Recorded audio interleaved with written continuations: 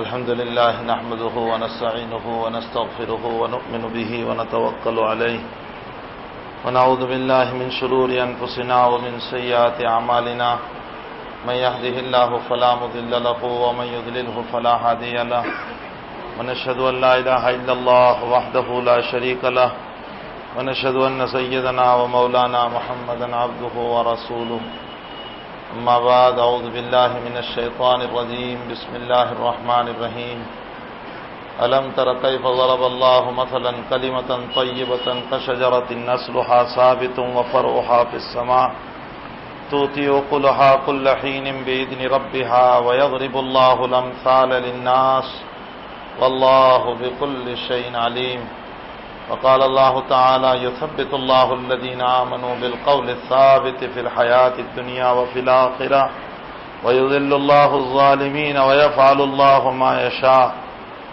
وقال علي رضي الله تعالى عنه الآن عمل لا حساب وغدا حساب لا عمل وقال النبي صلى الله عليه وسلم القیس من دان نفسه وعمل لما بعد الموت او کما قال صلی اللہ علیہ وسلم۔ بزرگوں، بھائیوں، دوستوں، عزیزوں، دنیا میں دو محنتیں چل رہی ہے، ایک محنت حق کی اور ایک محنت باطل کی، اور یہ محنت ابھی کی نہیں ہے، یہ تو آدم کے زمانے سے چل رہی ہے۔ حضرت آدم علیہ السلام کے زمانے سے یہ محنتیں جاری ہے۔ حق کی محنت کرنے والے حق کے راستے میں چل رہے ہیں، باطل کی محنت کرنے والے باطل کی طاقتیں لا رہے ہیں۔ اس لیے کوئی یہ نہ سمجھے کہ حق و باطل تو ابھی مقابلے پر آیا ہے۔ اللہ نے کائنات پیدا کی، آدم کو بنایا، تبھی شیطان کو بھی بنایا۔ ابلیس اسی وقت سے ہیں، بلکہ آدم سے پرانا ہے۔ ابلیس تو آدم سے بھی پرانا ہے۔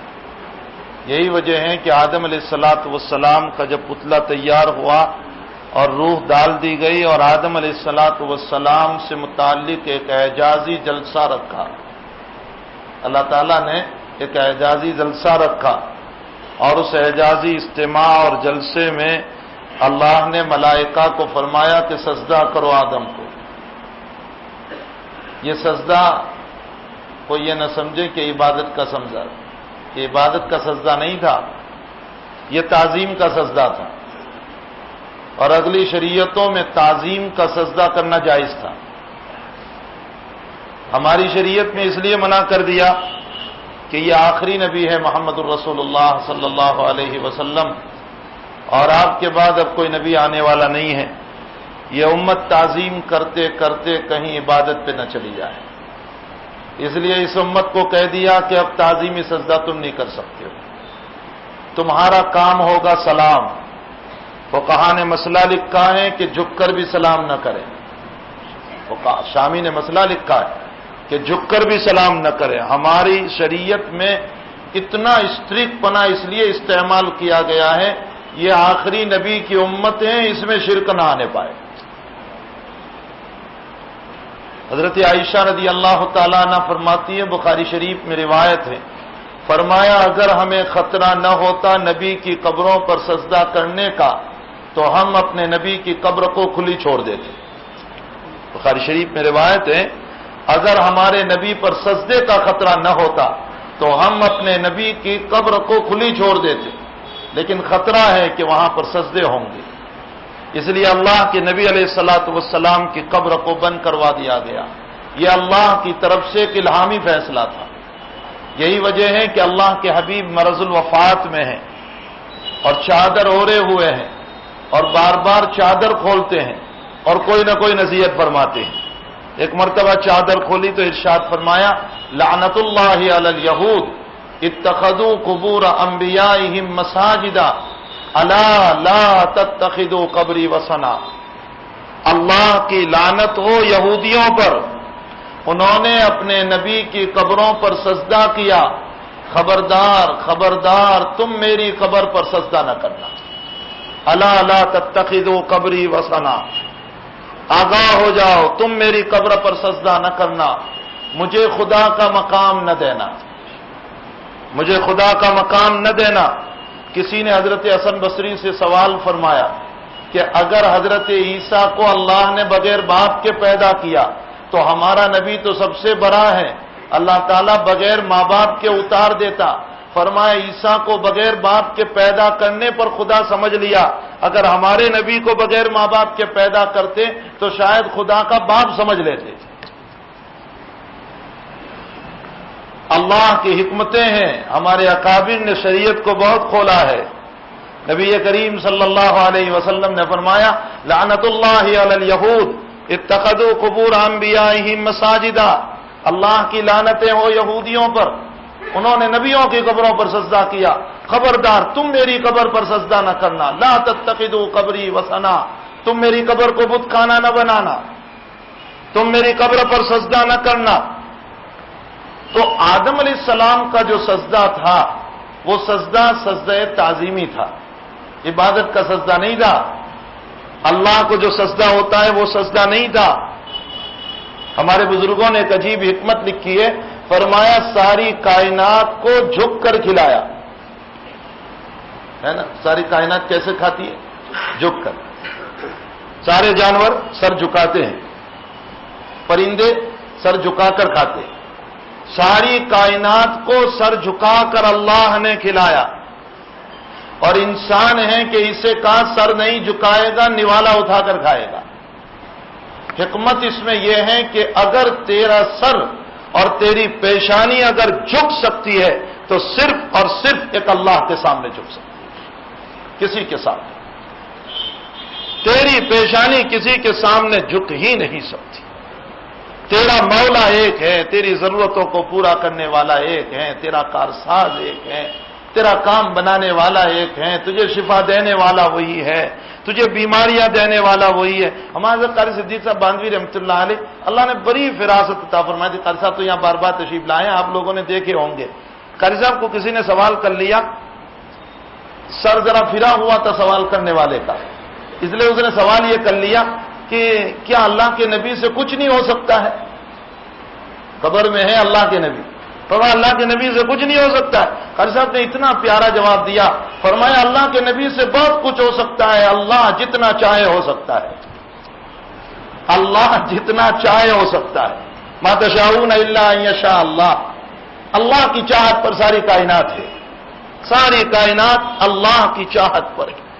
فرمایا وہی شفا دینے والا، وہی بیماری دینے والا، وہی کام بنانے والا، وہی عزت دینے والا، وہی ذلت دینے والا، وہی گرانے والا، اٹھانے والا، مالداری غریبی سب کچھ اسی کے ہاتھ میں۔ سجدہ اسی ذات کو ہوگا، نماز اسی کے لیے پڑھی جائے گی، روزہ اسی کے لیے ہوگا، زکوٰۃ اسی کے نام پر دی جائے گی، حج اسی کے نام پر کیا جائے گا۔ تمہارے سارے کام حتیٰ کہ تعریف بھی اسی کو زیب دیتی ہے۔ بخاری شریف میں روایت ہے ان اللہ تبارک و تعالی یحب المدح، اللہ کو اپنی تعریف بہت پسند ہے، اللہ کو اپنی تعریف بہت پسند ہے۔ دنیا والوں کو تو یہ کہا کہ تم کسی کے منہ پر تعریف نہ کرو، اللہ کے نبی نے منع فرمایا۔ ایک صحابی نے کسی کی تعریف کر دی تو آقا نے فرمایا تم نے بلا چھری کے اس کو ذبح کر دیا۔ کیا مطلب بلا چھری کے ذبح کرنے کا؟ مطلب اس میں اب پھلاوا آ جائے گا، میں بھی کچھ ہوں، مسئلہ ہو جائے گا، کہیں اپنے آپ کو کوئی بڑا نہ سمجھ لے۔ آقا نے فرمایا کسی کی تعریف کرنا ہو تو جتنا ہے اتنا کہو۔ ایک صحابی حضرت عثمان ابن مسعود رضی اللہ تعالیٰ عنہ کا انتقال ہوا، ان کی بہن نے بہت تعریف کی اور فرمایا بھائی تیرے لیے جنت واجب، بخاری میں روایت، بھائی تیرے لیے جنت واجب۔ اللہ کے حبیب نے فرمایا کہاں تو دیکھ کر آئی؟ تو نے دیکھ لیا کہ بھائی کے لیے جنت واجب ہو گئی؟ کیوں یہ سب تو کہہ رہی ہے؟ فرمایا میرا بھائی اتنا کام کر رہا تھا تو یقینی بات ہے۔ فرمایا نہ ایسا نہ کہو، یوں کہو مجھے گمان ہے اللہ کی ذات سے، ظن غالب ہے اللہ کی ذات سے کہ میرا اللہ میرے بھائی کے اعمال کو قبول کر کے ایسا کرے گے۔ یقین کے ساتھ نہ کہو۔ اللہ کے حبیب پاک صلی اللہ علیہ وسلم کچھ مال تقسیم فرما رہے تھے، سعد بن ابی وقاص رضی اللہ تعالیٰ عنہ نے ایک صحابی کو دیکھا کہ اللہ کے حبیب سب کو دے رہے ہیں، ان کو نہیں دے رہے، حالانکہ وہ بھی غریب ہیں۔ تو حضرت سعد کھڑے ہوئے فرمایا یا رسول اللہ ہوا مومن، یہ مومن ہے۔ تو اللہ کے نبی علیہ السلام مسکرائے، فرمایا مسلم، مومن نہ کہو، مسلم کہو۔ فرمایا یا رسول اللہ اس کو بھی ضرورت ہے۔ اللہ کے حبیب نے اس کا جواب نہیں دیا، ساتھ بیٹھ گئے۔ تھوڑی دیر کے بعد سعد نے دیکھا اب بھی نہیں دے رہے، پھر کھڑے ہوئے، یا رسول اللہ ہوا مومن، فرمایا مسلم، سعد پھر بیٹھ گئے۔ تھوڑی دیر کے بعد دیکھا اب بھی نہیں دے رہے، پھر کھڑے ہوئے سعد، فرمایا یا رسول اللہ ہوا مومن، فرمایا مسلم۔ پھر اللہ کے حبیب نے فرمایا سعد تم تو جیسے مجھ سے لڑ رہے ہو، مجھ سے جھگڑ رہے ہو، تم کیا کہنا چاہتے ہو، بتاؤ تو صحیح، کیا بار بار کھڑے ہو کر کہہ رہے ہیں وہ مومن مومن؟ فرمایا یا رسول اللہ یہ سب کو دے رہے ہیں، ان کو نہیں دے رہے، میں ان کو مومن سمجھتا ہوں، ان کو بھی دو نا۔ اللہ کے نبی نے پہلے تو فرمایا صلی اللہ علیہ وسلم، اللہ کے لاکھوں درود و سلام ہو اس نبی پر، ارشاد فرمایا میں جن کو دے رہا ہوں وہ ایمان میں کمزور ہیں اور ان کو میں پکا سمجھ رہا ہوں، اس لیے میں ان کو نہیں دے رہا ہوں۔ یہ سب کچے ہیں، میں ان کو مؤلفت قلوب کی حیثیت سے دے رہا ہوں، ان کو ایمان میں جمانے کے لیے دے رہا ہوں، ایمان میں مضبوط کرنے کے لیے دے رہا ہوں۔ اور ساتھ ساتھ اللہ کے حبیب نے فرمایا سعد تم مومن مومن مومن کہتے ہو، ایمان کا تعلق اندر سے ہے، تم نے اندر جا کر دیکھا، مسلم کہو، اسلام کا تعلق ظاہر سے، فرمایا مسلم۔ اور پھر آقا نے فرمایا ہاں یوں کہو کہ میرا بھائی مسلمان ہے اور اس کا ظاہری حلیہ بتا رہا ہے کہ اندر میں بھی انشاءاللہ ایمان ہے۔ اللہ کے حبیب نے اصول بتائے، بات کرنے کے اصول، زندگی گزارنے کے اصول، شریعت کے اصول، بچوں کے ساتھ رہنے کے اصول، ہر چیز کے اصول آقا صلی اللہ علیہ وسلم نے بتایا۔ تو حق و باطل کا تصادم تو میرے بھائیو بہت پرانا ہے۔ آدم علیہ السلام کو جب تیار کر دیا، فرشتوں سے کہا سجدہ کرو، فسجد الملائکۃ کلھم اجمعون، سب نے سجدہ کیا الا ابلیس، لیکن ابلیس نے نہیں کیا۔ ابلیس فرشتہ نہیں تھا، لیکن کثرت عبادت کی وجہ سے فرشتوں میں شمار ہونے لگا تھا۔ ابلیس کی پیدائش آدم سے پہلے ہے، ابلیس کی پیدائش آدم سے بھی پہلے۔ ہمارے بزرگوں نے ایک عجیب بات لکھی، حضرت اقدستانوی رحمۃ اللہ علیہ فرماتے ہیں کہ 4 عین کی ضرورت ہے، عارف، عابد، عالم اور عاشق۔ عارف بھی ہو، اللہ کی معرفت بھی ہو۔ شیطان کو اللہ کی معرفت ہم سے زیادہ تھی۔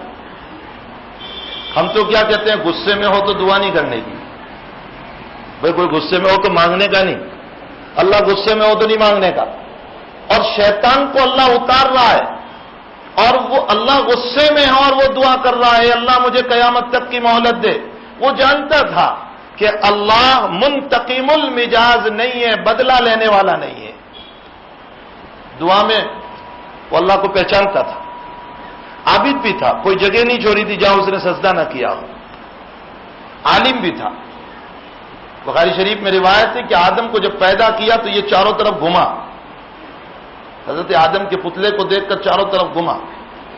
اس کے بعد اس نے کہا کہ کہیں سے اندر جانے کا راستہ نہیں ہے، اگر اس کو بہکا سکتا ہوں تو ناک کے راستے سے اس کو بہکایا جا سکتا ہے اور اس کے قلب پر حملہ کیا جا سکتا ہے، اور یہی وہ امام ہے کہ اس کو بگاڑ دوں گا تو سارا بگڑ جائے گا۔ اللہ کے حبیب پاک صلی اللہ علیہ وسلم فرماتے الا ان فی الجسد مضغہ اذا صلحت صلح الجسد کلہ واذا فسدت فسد الجسد کلہ، یہ بگڑتا ہے تو سب بگڑا، اور یہ بنتا ہے تو سب بنا۔ اس نے کہا اس کے راستے سے یہاں پہنچ سکتے، اسی لیے اللہ کے حبیب پاک صلی اللہ علیہ وسلم فرماتے ہیں کہ بندہ جب رات کو سوتا ہے تو شیطان اس کی ناک پر بیٹھتا ہے اور ناک پر بیٹھ کر پیشاب کرتا ہے، اور بخاری شریف کی روایت ہے کہ اس کے سر پر 3 گرہ لگاتا ہے، اور جب گرہ لگاتا ہے تو منتر پڑھتا ہے، علیک لیل طویل، علیک لیل طویل، اللہ کے حبیب نے منتر بھی بتایا۔ رات بہت لمبی ہے سو جا، رات بہت لمبی ہے سو جا، تو پیشاب کرتا ہے ناک میں بیٹھ کر، سر پر گرا لگاتا ہے۔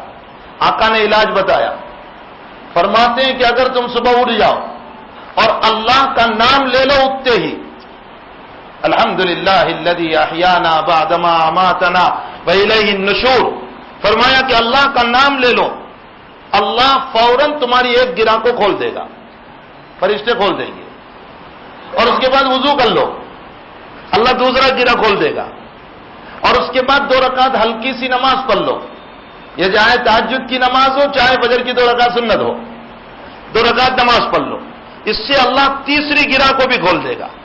اللہ کے نبی فرماتے ہیں جب تمہاری صبح ہو جائے گی تو تم نشاط میں ہوں گے، چستی میں ہوں گے، مطلب تمہیں کاہلی نہیں ہوگی عبادت کے بعد میں۔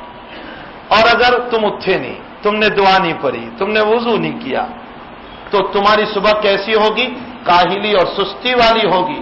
فرمایا اب اللہ کا فرشتہ روزی تقسیم کرنے آئے گا، تمہاری فجر کی نماز چلی گئی ہے، فرشتہ روزی تو ہر ایک کو دے گا، جو نماز پڑھتا ہے اس کو بھی دیتا ہے، نہیں پڑھتا اس کو بھی دیتا ہے، مقدر کی روزی ہر ایک کو ملتی ہے۔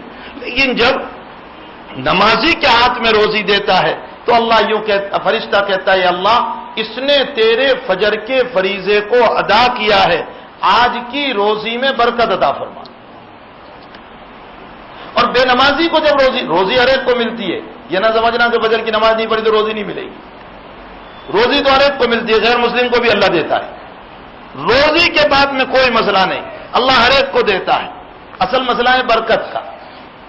فرمایا نمازی کے ہاتھ میں جب فرشتہ روزی رکھتا ہے تو کہتا ہے اللہ تیرے فریضے کو اس نے ادا کیا ہے، اس کی آج کی روزی میں برکت عطا فرما۔ اور بے نمازی کے ہاتھ میں جب رکھتا ہے تو اللہ کہتا، فرشتہ کہتا ہے باری تعالیٰ تیرا فریضہ ادا نہیں کیا، آج کی روزی میں برکت نہ دینا۔ اب روزی تو آئی لیکن حالات لے کر آئی، پریشانیاں لے کر آئی۔ دن بھر کے 400 روپے مقدر میں لکھ دیے تھے، لیکن حالات 400 سے زیادہ کے آ گئے، شام کو مقروض ہو گیا، مسئلے حل نہیں ہو رہے۔ اب مسئلے کے حل نہیں ہونے پر میرا اور آپ کا حال یہ ہے کہ ہماری نظریں اسباب پر جاتی ہے، مسبب الاسباب پر نہیں جاتی۔ عجیب مسئلہ ہے، میرا مسئلہ جب حل نہیں ہو رہا ہے تو میں فوراً یہ نظر کرتا ہوں اس سے پیسے لے لوں میرا مسئلہ حل ہو جائے، دواخانے میں چلا جاؤں اس سے مسئلہ حل ہو جائے۔ ہمارے حضرت شیخ رحمۃ اللہ علیہ بخاری شریف میں ایک کتاب آتی ہے کتاب الطب، کتاب الطب کا معنی اللہ کے نبی نے دوائیں بیان فرمائی، امام بخاری نے ان دواؤں کو نقل فرمایا۔ شہد پی لو، تمہارے اگر پیٹ چلنے کی بیماری ہے، اسہال کی بیماری ہے، ڈائریا کی، فرمایا شہد پی لو۔ ایک صحابی رضی اللہ تعالیٰ عنہ آئے، فرمایا میرے بھائی کو پیٹ چل رہا ہے یا رسول اللہ، اور ڈائریا بند نہیں ہو رہے، اللہ کے حبیب نے فرمایا شہد پلاؤ۔ انہوں نے پلایا، پھر آئے کہا یا رسول اللہ بڑھ گئے، فرمایا اور پلاؤ۔ تیسری مرتبہ آئے، فرمایا یا رسول اللہ بڑھ گئے، فرمایا اور پلاؤ۔ چوتھی مرتبہ آئے، فرمایا یا رسول اللہ بہت بڑھ گئے، فرمایا اور پلاؤ۔ اللہ کا کلام سچا ہے، تیرے بھائی کا پیٹ جھوٹا ہے۔ آقا نے فرمایا اللہ کا کلام وشفاء، اللہ نے شہد میں شفا رکھی ہے، تیرے بھائی کا پیٹ جھوٹا ہے۔ جھوٹا ہونے کا کیا مطلب؟ یعنی اندر میں شفا ہو رہی ہے لیکن ظاہر میں لگ رہا ہے کہ شفا نہیں ہو رہی ہے۔ بس چوتھی مرتبہ کے بعد پیٹ بالکل صاف ہو گیا، ڈائریا بند ہو گئے اور پیٹ صاف صاف ہو گیا، فرمایا دیکھو شفا ہو گئی۔ اللہ کے حبیب نے کچھ دوائیاں بیان فرمائی، فرمایا کشتے ہندی لگاؤ۔ کشتے ہندی ہمارے وہاں کٹ کہتے ہیں اس کو، گاندھی کی دکانوں پر، اللہ کے نبی نے فرمایا اس کو استعمال کرو، اس کے فوائد بتائے۔ عربوں میں ایک دستور تھا کہ اگر کوا بڑا ہو جاتا تھا، ہمارے وہاں ٹونسل کی بیماری کہتے ہیں، تو چھوٹے بچوں کو جب ہوتا تھا تو عورتوں کا معمول یہ تھا عرب میں کہ کپڑا لے کر زور سے کوا دبا دیتی تھی، بچے کو تکلیف ہوتی تھی۔ اللہ کے حبیب نے فرمایا ایسا نہ کرو، کشتے ہندی گلے پر لگا دو، اللہ تعالیٰ اسے شفا دے گا۔ بخاری میں روایت ہے ریاح کی بیماری ہے، گیس ٹبل کی بیماری ہے، کشتے ہندی کو لگا دو، اللہ تعالیٰ تمہیں شفا دے گی۔ آقا نے بہت ساری دوائیاں بتائی۔ ہمارے حضرت شیخ رحمۃ اللہ علیہ جب کتاب الطب کو شروع فرماتے تھے تو پہلے ہی دن حضرت یہ فرماتے تھے دیکھو یہ دوائیاں ہیں، دوائی 3 طرح کی ہوتی ہے۔ حضرت فرماتے ہیں دوائی 3 طرح کی ہوتی ہے۔ فرمایا سب سے پہلی دوا بیماری کے آنے پر اللہ کی طرف رجوع، یہ سب سے پہلے، اس سے بڑھ کر کوئی دوا نہیں۔ سب سے پہلی دوا یہ ہے کہ بیماری کے آنے پر اللہ کی طرف رجوع کر لو.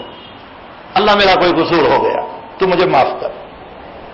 کہ اللہ اگر یہ حالات ہیں تو اس کو ہٹا دے. کہ اللہ اگر تو آزمائش لے رہا ہے تو تیرا بندہ کمزور ہے، امتحان کے لائق نہیں. سب سے بڑی دوا اللہ سے دعا.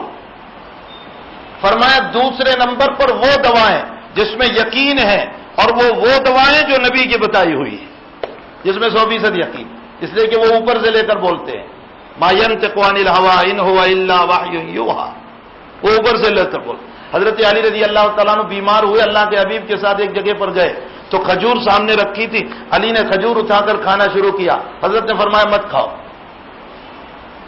حضرت علی رک گئے. فرمایا دیکھو کھجور ثقیل غذا ہے، بھاری غذا ہے، تم ابھی بیماری سے ہوتے ہو اور بھاری غذا برداشت نہیں ہوتی، تمہارا معدہ ابھی کمزور ہے، اس لیے تم ابھی اس کو چھوڑ دو. تم ہریرا کھاؤ. ہریرا ہمارے وہاں دودھ میں وہ جو تھوڑا سا آٹا واتا ڈال کر گھی ڈال کر کے اس کو ذرا پکا لیا جاتا ہے، وہ ہلکی چیز ہے.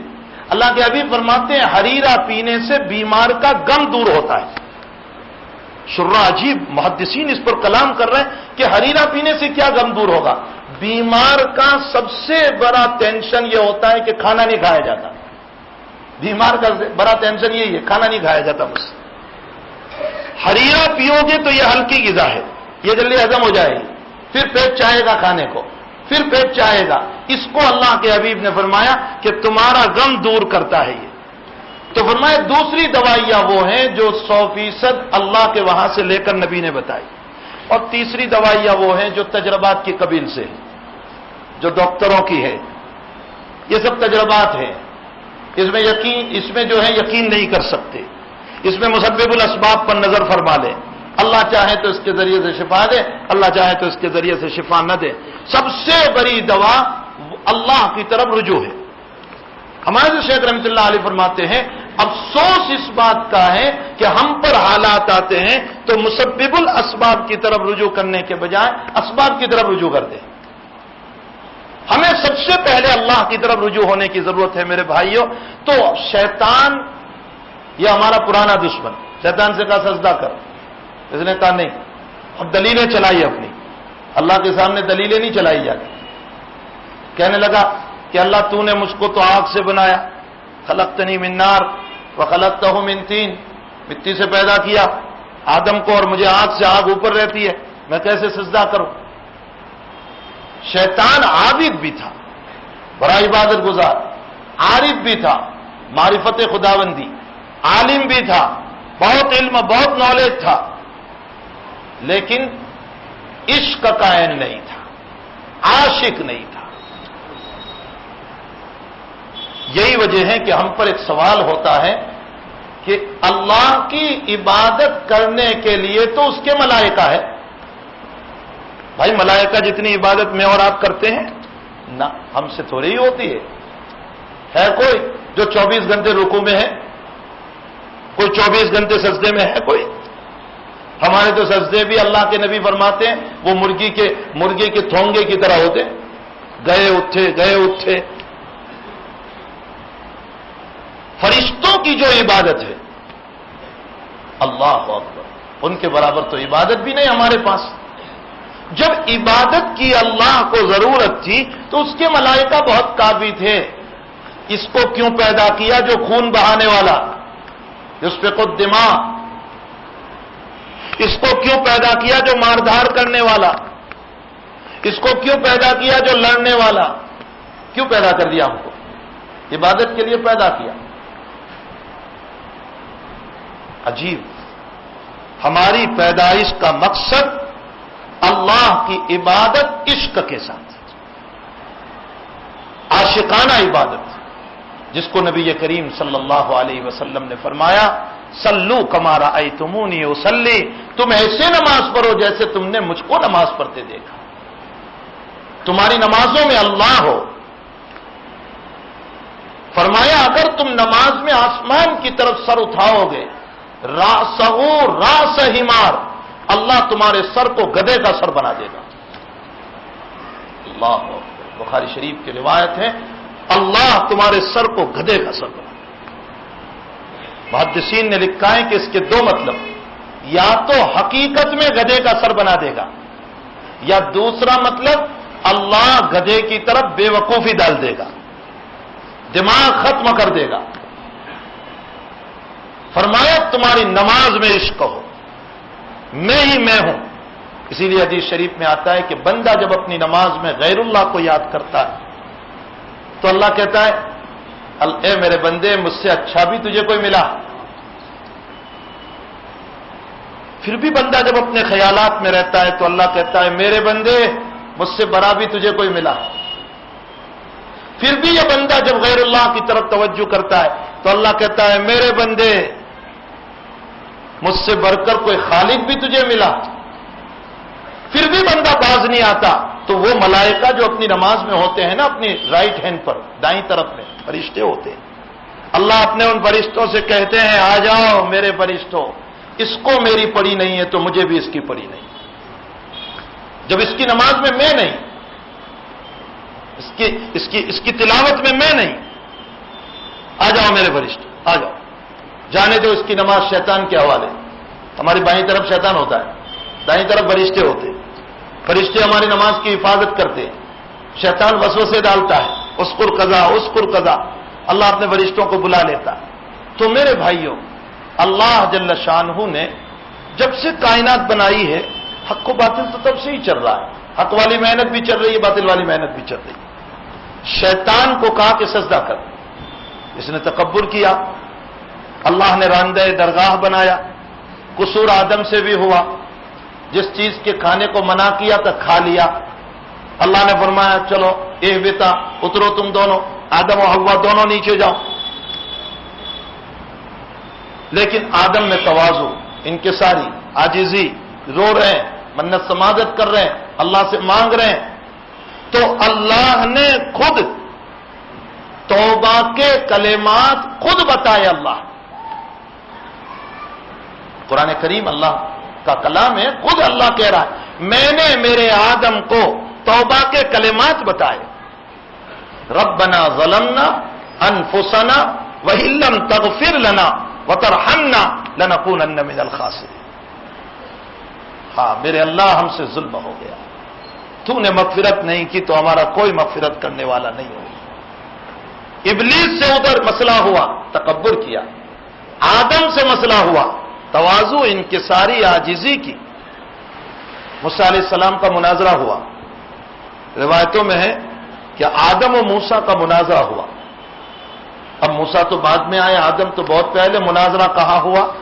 بعضوں نے کہا قیامت میں ہوگا، لیکن ہونے والا ہے اس لیے اللہ کے نبی نے بیان کیا۔ بعضوں نے کہا کہ حضرت موسیٰ اور آدم کی روح کی ملاقات ہوئی۔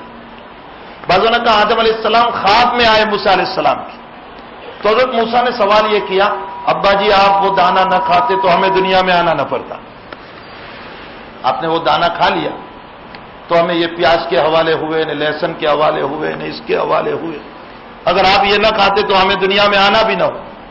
اور بنی اسرائیل کی شرارتیں عجیب تھی۔ اللہ کے نبی علیہ السلام فرماتے ہیں کہ بنی اسرائیل گوشت کو جمع نہ کرتے تو گوشت میں اللہ سرن پیدا نہ کرتا، ان کو اللہ تعالیٰ بطیر دیتا تھا، تیتر جو ہم بولتے ہیں نا، بطیر، یہ روزانہ آتے تھے، لیکن انہوں نے جمع کرنا شروع کیا تو اللہ نے گوشت میں بدبو پیدا کر دی۔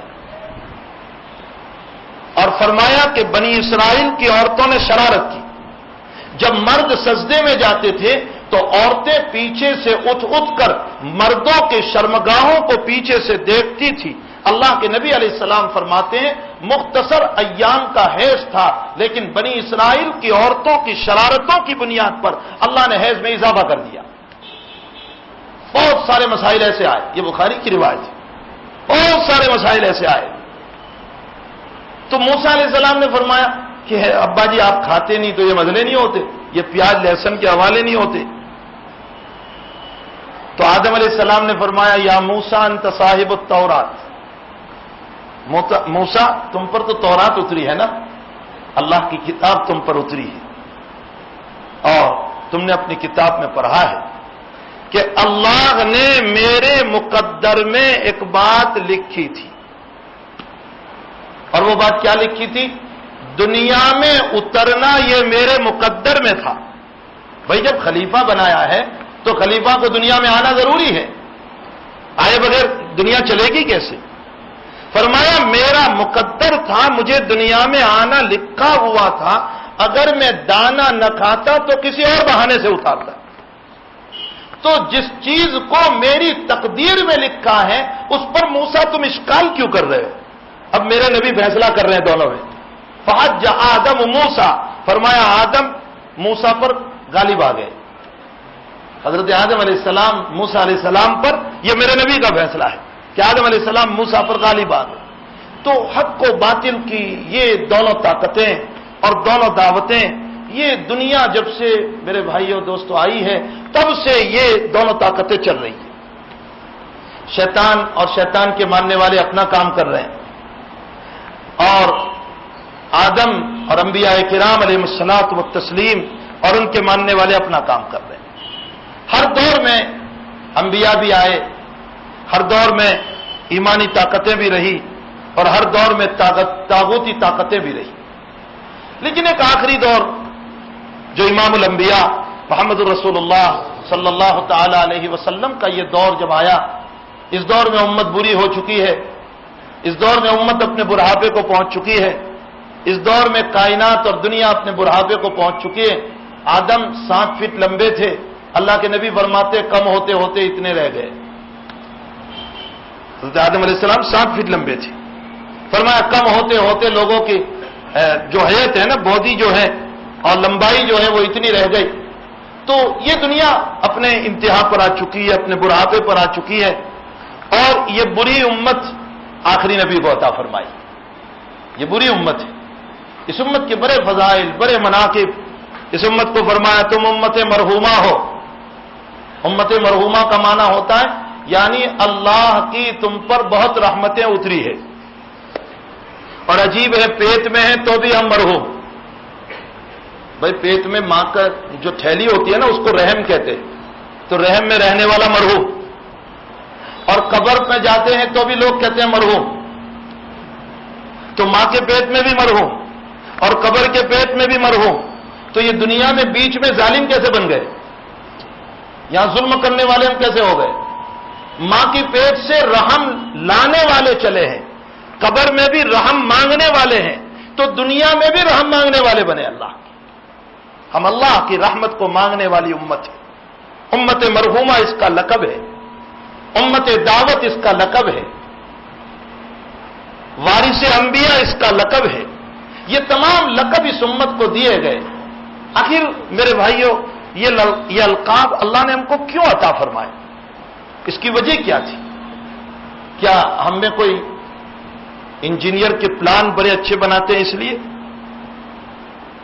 انجینئرنگ کے پلان کی بنیاد پر ہماری تعریفیں نہیں کی جا رہی ہے. دنیا کی ڈگریوں کی بنیاد پر ہماری تعریفیں نہیں کی جا رہی ہے. ان میں سے کسی چیز کی بنیاد پر ہماری تعریف نہیں ہو رہی ہے. اس کلمے کی محنت کی بنیاد پر ہماری تعریف کی جا رہی ہے, جس کو اللہ خود قرآن میں کہہ رہا ہے الم تر کیف ضرب اللہ مثلا کلمۃ طیبۃ کشجرۃ طیبۃ اصلها ثابت وفرعها فی السماء. اے میرے نبی کے امتیوں, اے میرے مسلمان بندوں اور بندیوں, تمہاری مثال اور تمہارے کلمے کی مثال اس ایک درخت کی طرح ہے کہ جو زمین سے چلا اور آسمان تک چلتا چلا گیا. اس کو ہواؤں کے جھونکے نہیں گرا سکے, اس کو دنیا کی آندھیاں نہیں ہٹا سکی, اس کو دنیا کے زلزلے نہیں گرا سکے. اس کی ہر چیز کام میں آنے والی ہے. فرمایا اے مومنو, تمہارے پاس بھی وہ کلمہ ہے کہ دنیا کی کوئی طاقت تمہیں کفر کی طرف نہیں لے جا سکتی. دنیا کی آندھیاں تمہیں نہیں ہٹا سکتی ہے. بہت سارے لوگ کہتے ہیں, بہت سارے لوگ, کہ آندھی چلی باغ تباہ ہو گیا, ہوائیں چلی باغ برباد ہو گیا, تیز ہوا چلی اور ہمارا باغ ویران ہو گیا.